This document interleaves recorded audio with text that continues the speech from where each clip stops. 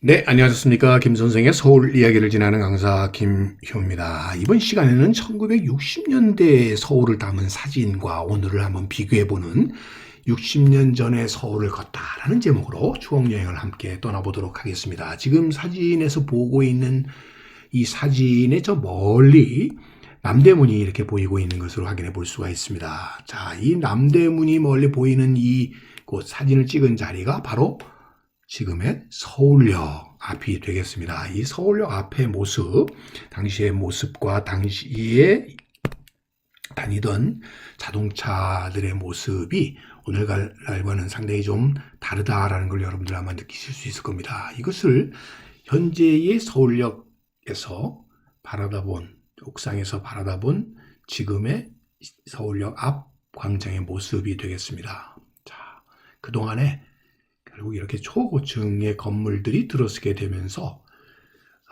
현대적인 서울의 모습으로 전환이 되긴 했습니다만 또 너무 시야를 가리는 이런 갑갑한 형태의 도시구조로 전환되었다는 걸 알 수가 있겠습니다.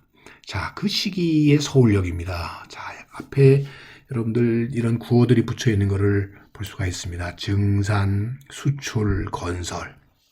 자, 이런 목표 아래에서 경제개발이 활발하게 경제개발 5개년 계획이 이런 추진되던 당시의 모습, 그 당시에 서울의 관문의 역할을 했었던 서울역의 모습이 되겠고요. 이제는 역의 기능을 잃어버리고 문화역 서울 284로 전환이 되어서 전시 공간으로 전환된 서울역의 모습이 오늘날과는 모습이 되겠습니다.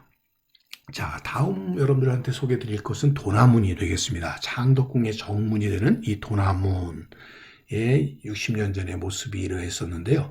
이 도남문보다 눈에 띄는 것은 오른편에 있는 벚꽃놀이 제전이라는 이 안내판이 눈에 들어오는데요. 여러분들도 아마 기억하실 겁니다. 당시 봄철만 되면 한참 벚꽃이 한창일 때 창경궁은 이 벚꽃놀이 인파로 이렇게 보시는 것처럼 엄청나게 체증이 이루어졌었던 게 바로 그 시기였었고요.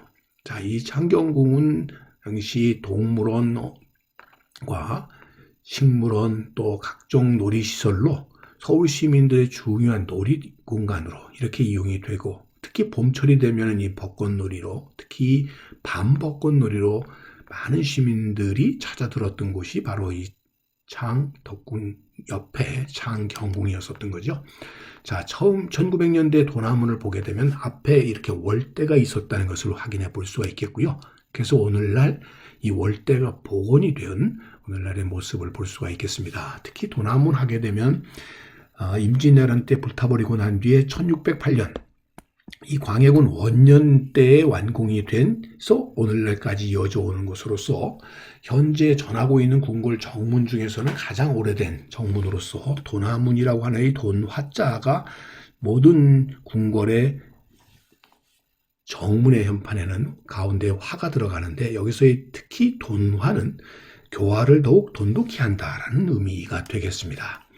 자, 광화문 앞에 있었던 모습으로서 자, 여러분들 이 당시 1961년도에 광화문 쌍둥이 빌딩이라고 불렸었던 미국 대외 원조기관이었던 유솜에 의해서 건축이 되었던 이 두 건물 중에 왼쪽 건물은 정부 신청사로 오른쪽의 경우는 유솜이 이렇게 들어가 있었죠. 자, 1961년도에 소위 5.16 군사 쿠데타 이후에 이 건물 자체가 여러분들도 기억하시려나 모르겠는데요. 국가재건 최고회의가 들어서게 되었고요. 지금 이 연설대에 서 있는 것이 당시 최고회의 의장이었던 박정희 의장이 연설을 하는 모습을 담은 사진이 되겠습니다. 자, 오늘날에는 이 왼편의 건물은 현재 대한민국 역사박물관으로 사용되고 있고요. 오른쪽은 미국 대사관이 그 기능을 하고 있는 그래서 여전히 광화문 앞에는 이렇게 쌍둥이 빌딩이 지금도 이어져 오고 있다 이렇게 보시면 되겠고요. 1956년에 웅쿠라라고 했던 국제연합 한국재건단 중에서도 스칸디나비아 국가였던 스웨덴, 덴마크, 노르웨이 등이 지원을 해서 국립중앙의료원이 설립이 되게 되었고 1958년 11월부터 그 진료를 시작했을 당시의 모습이 되겠고요. 오늘날 국립중앙의료원의 모습으로 함께 비교해 보면 그 당시의 모습을 그대로 많이 이어져 오고 있다 이렇게 볼 수가 있겠습니다. 또 하나 일제 강점기에 세워진 건물 중에 가장 아름다운 건물로 꼽혔던 것이 바로 중앙우체국 건물이 되겠고요. 중앙우체국 건물은 바로 명동 입구에 있었죠. 자, 그래서 여러분들 지금 보시는 것처럼 호흡마치 입구에 있었던 빨간 벽돌의 건물이 당시에 중앙우체국 건물이 되겠고요. 현재는 이렇게 리모델링이 돼서 재건축이 되어서 현대적인 모습으로 변화되었다는 걸 알 수가 있겠습니다. 자, 이게 바로 당시에 이 우체국 건너편의 조선은행, 지금의 한국은행이죠. 이 마주보고 있는, 그래서 서울에서도 가장 번화했던 이 공간을 보여주고 있고요. 그 당시의 조선은행의 건물, 현재는 화폐 박물관으로서 사용되고 있는 건물이 지금까지 유지되고 있고요. 자, 그러다 보니까 지금도 이렇게 아름다운 야경을 뽐낼 정도로 서울의 중심적인 기능을 여전히 유지하고 있는 한국은행 앞 로타리 명동 입구가 되겠습니다. 자, 또 하나 여러분들 이 건물을 보게 되면 프로레슬링, 기밀의 박치기 이런 것들이 아마 기억나게 될 텐데요. 바로 이게 장충체육관이 되겠습니다. 한때 이 장충체육관이 필리핀의 원조로 지어졌다 이런 얘기들이 돌곤 했었습니다만 서울시 자본으로 당시 김정수 최종환 건축가에 의해서 설계되었던 1963년 2월에 개장한 한국 최초의 실내 체육관이 바로 장충체육관이었었죠. 둥그런 돔 형태로 되어 있었고 부채춤의 곡선과 탈춤의 역동성을 표현한 의미를 갖고 있었던 것이고요. 오늘날 이것이 리모델링이 된 장충체육관의 모습이 되겠습니다. 자, 남산에서 내려다본 서울의 모습이 되겠습니다. 여러분들 이 뒤로서는 지금 청와대 뒤에 있는 백악산과 뒤에 주위에 북한산 줄기들의 모습, 또 인왕산 쪽의 모습이 보이고 있고요. 당시의 서울 장안의 모습이 이러했다면, 자, 또 이 백악산과 이 북한산, 인왕산은 그대로 있습니다만 현대적인 도시의 모습을 갖고 있는 서울의 모습. 자, 이 60년 사이에 큰 변화가 있었다는 것을 여기서도 확인해 볼 수가 있겠습니다. 자, 이것은 성북동의 모습이 되겠습니다. 60년 전의 성북동.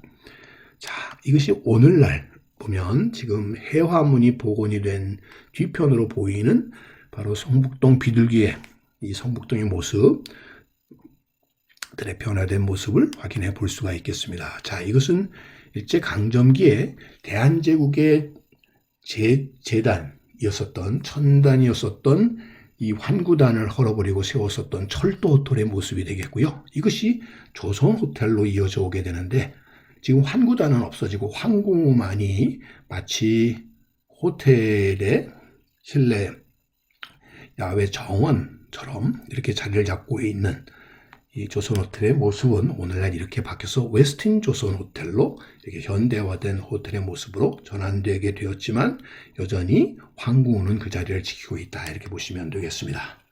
자, 이것이 서울시청이었던 경성부청의 모습이 되겠고요.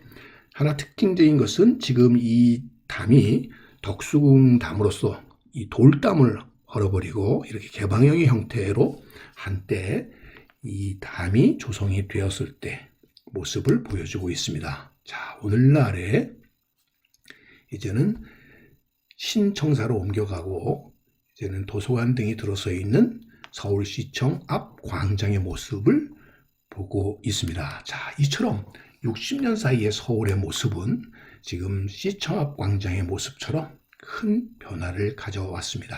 자, 저와 함께 꽃밭을 가꾸는 김 선생과 함께 60년 동안의 추억여행을 함께 하셨습니다.